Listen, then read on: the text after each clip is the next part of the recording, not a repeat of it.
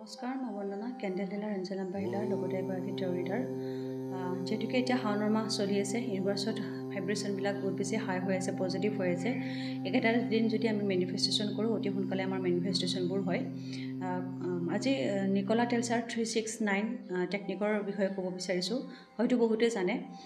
প্ৰথমতে 369 এই টেকনিকটো কৰিবৰ বাবে প্ৰথমতে আমাক হোৱাইট পেপাৰ লাগিব আৰু এটা ব্লু পেন লাগিব।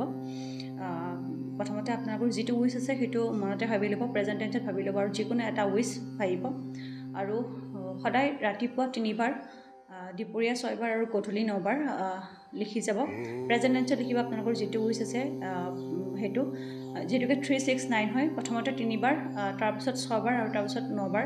কাৰোবাৰ যদি সময় নিমিলে তেতিয়াহ'লে আপোনালোকে এবাৰতে লিখিব, কিন্তু যিমান পাৰে চেষ্টা কৰিব ৰাতিপুৱা 3 বাৰ, দুপৰীয়া 6 বাৰ আৰু গধূলি 9 বাৰ লিখিব। বহুতে সময় মিলাও কৰে, ধৰি লওক ৰাতিপুৱা 3 বজাত কৰিছে, গধূলি 6 বজাত আৰু ৰাতি 9 বজাত, তেনেকৈও কৰিব পাৰে।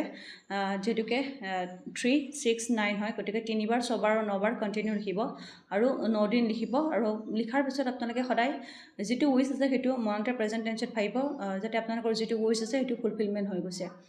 লিখাৰ পিছত যিকেইখন পেপাৰ হ'ব, 9খন, সেইকেইখন আপোনালোকৰ পিলো কভাৰৰ তলত থৈ দিব। যেতিয়া উইচটো আপোনালোকৰ ফুলফিলমেণ্ট হৈ যাব, তাৰপিছত জ্বলাই পেলাই আপোনালোকে ইউনিভাৰ্চত উৰাই দিব পাৰে, নাইবা আপোনালোকে ইচ্ছা কৰিলে ৰাখিও থ'ব পাৰে।